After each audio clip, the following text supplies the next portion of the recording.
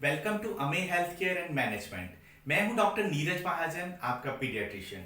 हमारे पास रोजाना कितने ही पेरेंट्स आते हैं ये कंप्लेंट लेकर कि उनका जो न्यूबॉर्न बेबी है वो बहुत ही ज्यादा वॉमिटिंग करता है और रोजाना बहुत ही ज्यादा दूध भी निकालता है।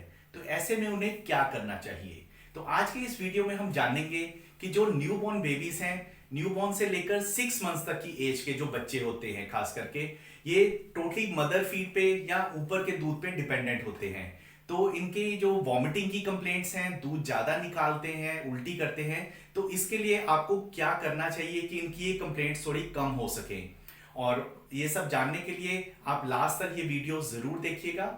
लेकिन वीडियो शुरू करने से पहले मैं आपको याद करवा दूं कि अगर आप हमारे चैनल अमे हेल्थ केयर एंड मैनेजमेंट पर नए आए हैं तो प्लीज इसे आज ही सब्सक्राइब कर लें। और आपको अगर हमारा ये वीडियो अच्छा लगे तो इसे ज्यादा से ज्यादा लाइक एंड शेयर जरूर कीजिएगा। और हाँ, बेल नोटिफिकेशन को प्रेस करना मत भूलिएगा ताकि आपको हमारी वीडियो की अपडेट मिलती रहे। तो चलिए शुरू करते हैं। न्यूबॉर्न से लेकर 6 महीने तक के बच्चे ज्यादातर दूध पे डिपेंडेंट होते हैं और इसके लिए वो मदर फीड या टॉप फीड ले रहे होते हैं। तो ऐसे में अगर उनकी उल्टी की कंप्लेंट्स ज्यादा आती हैं तो इसका मतलब कहीं ना कहीं हमारी फीडिंग टेक्निक में प्रॉब्लम है। तो हमें उस पर ही ज्यादा ध्यान देने की जरूरत है। पहले जो सबसे इंपॉर्टेंट पॉइंट है वो है पोजीशन। मदर्स ये ध्यान रखें कि वे जब अपने बच्चे को फीड करवाएंगे तो उन्हें सिटिंग पोजीशन में ही फीड करवानी है, लेटकर बिल्कुल नहीं। यानी कि जो बच्चे का सिर होगा वो लगभग 45 डिग्री के एंगल पर थोड़ा ऊपर की ओर होना चाहिए। ये बिल्कुल सही पोजीशन है। इससे उसकी जो वॉमिट की कंप्लेंट्स हैं वो काफी हद तक कम हो जाएंगी। नंबर 2 है बर्पिंग। जब बच्चा दूध पी रहा होता है तो वो बहुत जल्दी जल्दी दूध पीता है, तो दूध के साथ साथ वो हवा को भी इंजेस्ट कर लेता है, जिसकी वजह से उसके पेट में काफी गैस हो जाती है।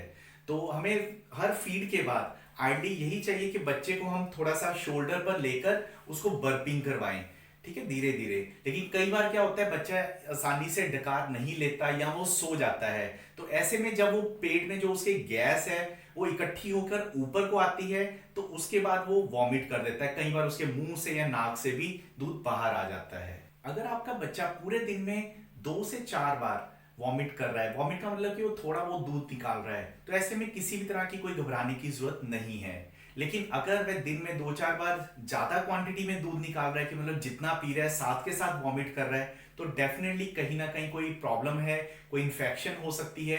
तो उसके लिए आपको अपने पीडियाट्रिशियन के पास जाने की जरूरत है। इसके अलावा कई बच्चों को रिफ्लक्स की प्रॉब्लम होती है जिसे हम कहते हैं गैस्ट्रो ईसोफेजियल रिफ्लक्स डिजीज। इस प्रॉब्लम में क्या होता है कि बच्चे जब भी दूध पीते हैं तो थोड़ा बहुत दूध निकालते ही हैं, वॉमिट करते ही हैं। तो अगर आप मंथली विजिट जब कर रहे हैं अपने डॉक्टर के पास वैक्सीनेशन के लिए या वैसे रूटीन चेकअप के लिए, तो आप वेट चेक करते ही हैं। तो आप ये नोट करें कि अगर आपके बच्चे का वेट सही गेन हो रहा है तो आपको किसी भी तरह की इसमें घबराने की जरूरत नहीं है। ये प्रॉब्लम पहले 6 महीने तक रहती ही है। जैसे ही 6 महीने के बाद बच्चे की हम वीनिंग डाइट शुरू करते हैं, मतलब कि दूध के साथ खाना पीना शुरू कर देता है, सॉलिड्स लेना शुरू कर देता है, तो और साथ में वो सिटिंग पोजीशन में आ जाता है, लेटने की बजाय वो बैठना शुरू कर देता है 6 महीने के बाद। तो उसके बाद ये काफी हद तक रिफ्लक्स की प्रॉब्लम ठीक हो जाती है और उसकी वॉमिटिंग की कंप्लेंट्स भी कम होनी शुरू हो जाती है। इसलिए हम आपको सजेस्ट करेंगे कि जब आप बच्चे को फीड करवा लेते हैं तो उसके बाद उसे अच्छे से बर्पिंग करें।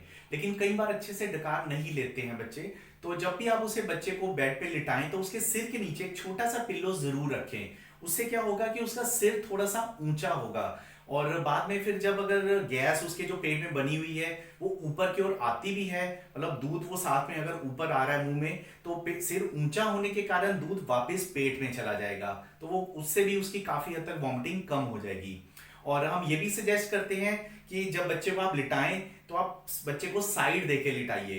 तो उससे क्या होगा, अगर बच्चे के मुंह में दूध आ भी जाता है तो वो साइड लिया होगा अगर बच्चे ने, तो दूध बाहर आ जाएगा, उसके विंड पाइप में जाने का जो खतरा है वो नहीं होगा। इसके अलावा आप ये सब करने के बावजूद भी अगर आपको लगे कि आपके बच्चे को वॉमिटिंग से फर्क नहीं पड़ रहा है तो शायद उसको हो सकता है मेडिसिन की जरूरत हो, तो उसके लिए आपको पीडियाट्रिशियन के पास जाने की जरूरत रहेगी। कई बार बच्चा खाली पेट ही उल्टी करना शुरू कर देता है और अक्सर देखा जाता है कि इन बच्चों का वेट गेन नहीं हो पाता, वेट रुक जाता है। तो हो सकता है ये कोई कंजेनाइटल प्रॉब्लम हो। तो इसमें सबसे जो कॉमन प्रॉब्लम है वो है कंजेनाइटल हाइपरट्रॉफिक पाइलोरिक स्टेनोसिस, जिसमें कि ऑपरेशन की जरूरत भी पड़ सकती है। कई बार बच्चों को वॉमिटिंग के साथ साथ लूज मोशंस और बुखार भी स्टार्ट हो जाता है। तो ये किसी ना किसी तरह की इन्फेक्शन हो सकती है, जिसके लिए आपको बच्चे के डॉक्टर के पास जाने की ज़रूरत है। कई बच्चे मदर फीड के साथ साथ बॉटल फीड पर होते हैं। बॉटल फीड में क्या प्रॉब्लम आती है कि जो दूध होता है वो बहुत तेजी से मुंह में आता है, और बच्चा एक वो कोऑर्डिनेशन नहीं बना पाता कि कितना दूध उसे अंदर लेके जाना है और कितना मुंह में आ रहा है। तो उस सब के बीच में क्या होता है कि अगर एक आधा ड्रॉप भी जो है दूध का वो बच्चे की सांस वाली नली में आ जाए, तो उससे भी वो उसको सांस लेने में दिक्कत होनी शुरू होती है और उससे भी वो वॉमिट कर देता है। तो इसीलिए हम आपको सजेस्ट करते हैं कि आप बॉटल फीड को अवॉइड करें। हम एज ए पीडियाट्रिशियन सभी पेरेंट्स को यही सजेस्ट करते हैं कि मदर फीड ही बेस्ट फीड है, लेकिन स्टिल किसी रीजन की वजह से आपको ऊपर का दूध देना भी पड़ रहा है तो आप कटोरी और चम्मच से ही दूध पिलाएं, वही सबसे सेफ है। मैं उम्मीद करता हूं कि आज के इस वीडियो से आपको काफ़ी सारे इंपॉर्टेंट पॉइंट्स पता चले होंगे, टिप्स पता चले होंगे कि आपके बच्चे की वॉमिटिंग की क्या वजह हो सकती है। अगर आप उस वजह को ठीक करेंगे तो डेफिनेटली आप अपने बच्चे की वॉमिटिंग की कंप्लेंट्स को काफ़ी हद तक कम कर पाएंगे।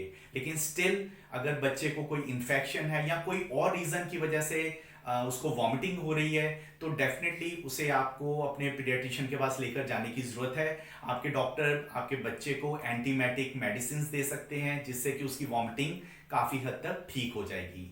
मैं उम्मीद करता हूं कि आपको हमारा ये वीडियो अच्छा लगा होगा। अगर आपको हमारा ये वीडियो अच्छा लगा हो तो इसे ज़्यादा से ज़्यादा लाइक एंड शेयर ज़रूर कीजिएगा। Thanks for watching.